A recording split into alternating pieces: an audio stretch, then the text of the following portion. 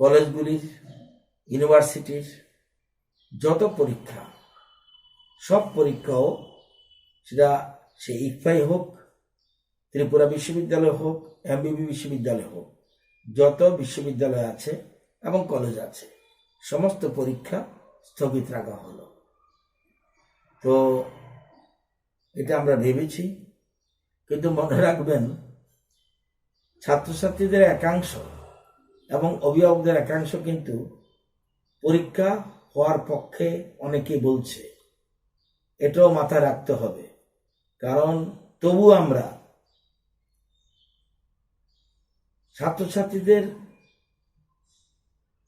নিরাপত্তার স্বার্থে এই সিদ্ধান্ত গ্রহণ করেছে। কিন্তু একটা অংশ কিন্তু ডেপুটেশন দিয়ে গেছে যেন কোনো মতেই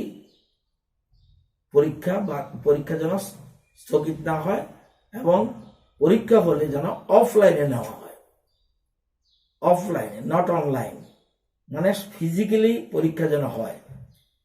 আমার মনে হয় যারা ব্রিলিয়ান্ট স্টুডেন্ট, অর্থাৎ ছাত্রদের যারা প্রিপারেশন নিয়েছে, তাদের বেশিরভাগ ছেলে মেয়ে বোধহয় পরীক্ষার পক্ষে। তবুও রাজ্যের স্বার্থে, ছাত্রদের স্বার্থে আমরা এই